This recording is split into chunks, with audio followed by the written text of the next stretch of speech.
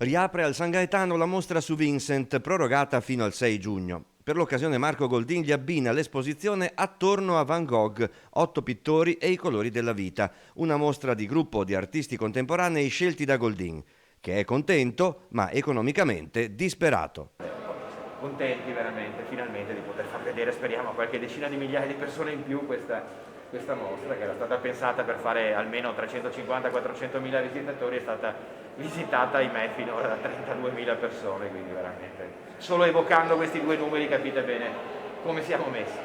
Per non parlare dei premi delle polizze assicurative che coprono le mostre internazionali. Il futuro delle grandi mostre è indecifrabile, dice lo studioso trevisano. Il mondo della cultura è stato penalizzato pesantissimamente. La conseguenza è che per vedere una mostra di caratura internazionale in Italia dovremo aspettare. Perché sicuramente questo tipo di mostre, Van Gogh, con questa distesa di capolavori, oltre 80 opere di Van Gogh, non si potranno più fare, fino a che almeno non si potrà tornare a fare 400.000 visitatori con una mostra.